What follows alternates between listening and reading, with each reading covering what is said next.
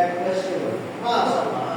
পরপর এক জবর এক জের এক পেশকে বলে মাশাআল্লাহ আরেকজন বলেন পরপর এক জবর এক জের এক পেশকে বলে মাশাআল্লাহ আরেকজন বলেন তো পরপর এক জবর এক জের এক পেশকে বলে হ্যাঁ মাশাআল্লাহ বলেন বলেন মাস্টার থেকে একজন বলেন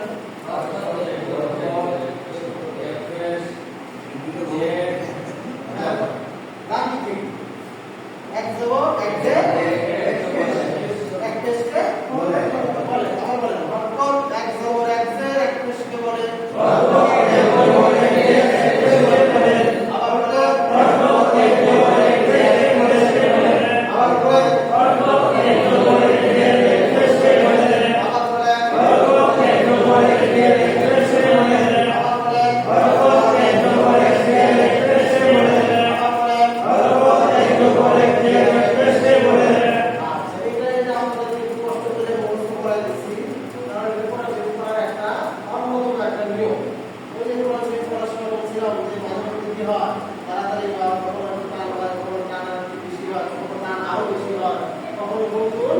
আওয়াজ হয় এটা এগুলো কি করে বের করা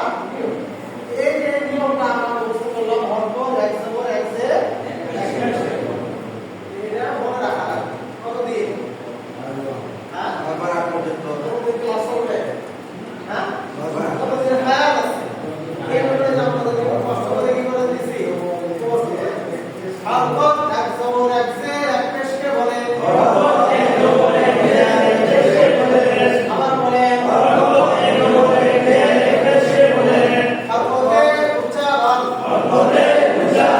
তাড়াতাড়ি করতে হয় তাড়াতাড়ি করতে হয়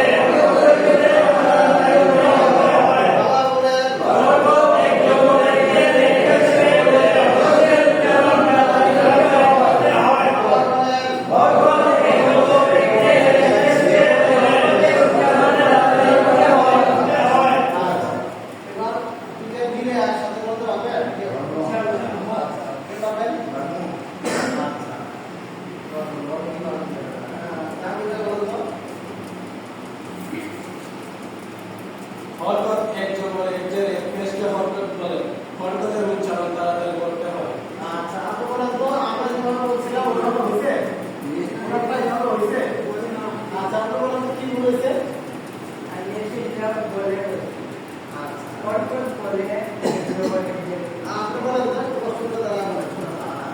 হরকত এক জবর এক জের এক পেশ বলে হরকতের উচ্চারণ তাড়াতাড়ি করতে হয় আর জামিল ভাই কি বলছিল হরকত এক জবর এক জের এক পেশকে হরকত বলে দেখেন এই দুইটা কথা মনে হচ্ছে কি একই বুঝছেন কিন্তু সামান্য কি আছে হরকত এক জবর এক জের এক পেশকে বলে আর এক জবর এক জের এক পেশকে হরকত বলে দুইটা কথা একই মনে হইতেছে না মানে হরকত আগে আর পরে হরকত এক জবর এক জের এক পেশকে বলে আর এক জবর এক জের এক পেশকে হরকত বলে দুইটা কথা এক না পার্থক্য কি এটা আগে দুটাটা এটা বলছি পরে পরেরটা আগে এরপরেরটা আগে আর আগেরটা পরে এই তো পার্থক্য নাকি অন্য কোনো পার্থক্য আছে হ্যাঁ কি আছে কি আর কি আর পার্থক্য যদি বলি এক জবর এক জের এক পেশকে তাহলে মানে বড় বড় উচ্চারণ করতে হবে তাই আমি এই যে আমরা যে বলতেছি এই বাক্যটা এই যে কথাগুলো বলতেছি এগুলো কোন ভাষা না এই যে হরকত এক জবর এক জের এক পেশকে বলে হরকত উচ্চারণ এগুলো কোন ভাষা বাংলা না এই যে আমরা যে বাক্যটা বলতেছি এটা বাংলা ভাষা বাংলা ভাষারও তো কিছু রীতিনীতি আছে এগুলো আছে না আছে বাড়ি ওমা আছে ব্যাকরণ বাংলা কি ব্যাকরণ এই বাংলা ব্যাকরণ অনুযায়ী এই দুইটা বাক্য হরকত এক জবর এক জের এক পেশকে বলে আর এক জবর এক জের এক পেশকে হরকত বলে এই দুইটা বাক্যের মধ্যে একটা বাক্য বাংলা ব্যাকরণ অনুযায়ী শুদ্ধ আর একটা অশুদ্ধ যারা আমরা বাংলা পড়ছি তারা জানি বাংলা ব্যাকরণের নিয়ম অনুযায়ী বাক্যের মধ্যে দুইটা অংশ থাকে একটা হচ্ছে উদ্দেশ্য আর একটা বিধেয় ইংরেজিতে বলে সাবজেক্ট আর প্রেডিকেট আরবিতে বলে মুক্তাদা আর খবর তো বাংলা ব্যাকরণ অনুযায়ী বাক্যের মধ্যে যার সম্পর্কে বর্ণনা দেওয়া হয় এটা হলো উদ্দেশ্য আর উদ্দেশ্য বাংলা ব্যাকরণের নীতি অনুযায়ী উদ্দেশ্যটা বাক্যের প্রথমে বসে আর বিধেয়টা কি পরে তা আমরা এখানে বর্ণনা দিতেছি কার কার বর্ণনা দিতেছি হরকত হচ্ছে বাক্যের কি উদ্দেশ্য মুক্তাদা সাবজেক্ট তাহলে বাক্যের নিয়ম অনুযায়ী এটা বাক্য কোথায় বসবে প্রথমে এই জন্য বাক্যের প্রথমে কি হরকত হরকত এরপরে হলো হরকত আগে বলে এক জবর এক জের সেটা আমি যদি বলি এক জবর এক জের এক পেশকে হরকত বলে তাহলে এটা কি হয়ে গেল বাংলা ব্যাকরণের উল্টা হয়ে গেল মানে উদ্দেশ্য পরে হয়ে গেল বিধায় কি আগে আসছে তো এটা বাংলা ব্যাকরণ অনুযায়ী এটা কি অশুদ্ধ তা আমরা কি অশুদ্ধটা বলবো না শুদ্ধ না তাহলে হরকত কি হবে আগে হরকত এক জবর এক জের এক পেশকে বলে এরপর হরকত উচ্চারণ তাহলে এই যে কোরআন শরীফ পড়ার একটা নিয়ম আমরা মুখস্থ করলাম এক জবর এক জের এক পেশ এটা উচ্চারণটা কি হবে তাড়াতাড়ি এখন কিন্তু উচ্চারণ আমরা করি শুধু কি নিয়মটা মুখস্থ করব এই নিয়মটা কতদিন মনে রাখা লাগবে সারা জীবন মনে রাখা লাগবে এই জন্য আপনাদেরকে যে বারবার ভাইয়া আপনাদেরকে কষ্ট দিয়ে কি মুখস্থ করাচ্ছি তারপরে খুব কষ্ট হয়েছে তাহলে হরকত এক জবর এক জের এক পেশকে বলে হরকতের উচ্চারণ তাড়াতাড়ি পড়তে হয় না তাড়াতাড়ি পড়তে হয় উচ্চারণ করা না উচ্চারণ কি আপনাদের কথা এই যে তিনটা আলিফের বাম দিকে আরেকটা আলিফ দিকে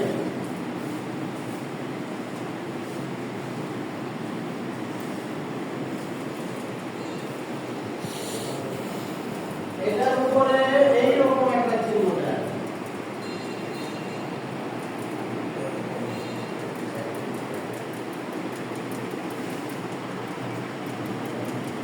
পরে আমি যেখানে হাত রাখছি আপনারা আপনাদের হাত সেখানে উপরে মাথা বাঁকাটার নাম জজম উপরে মাথা বাঁকাটার নাম জজম উপরে মাথা বাঁকাটার নাম জজম উপরে মাথা বাঁকাটার নাম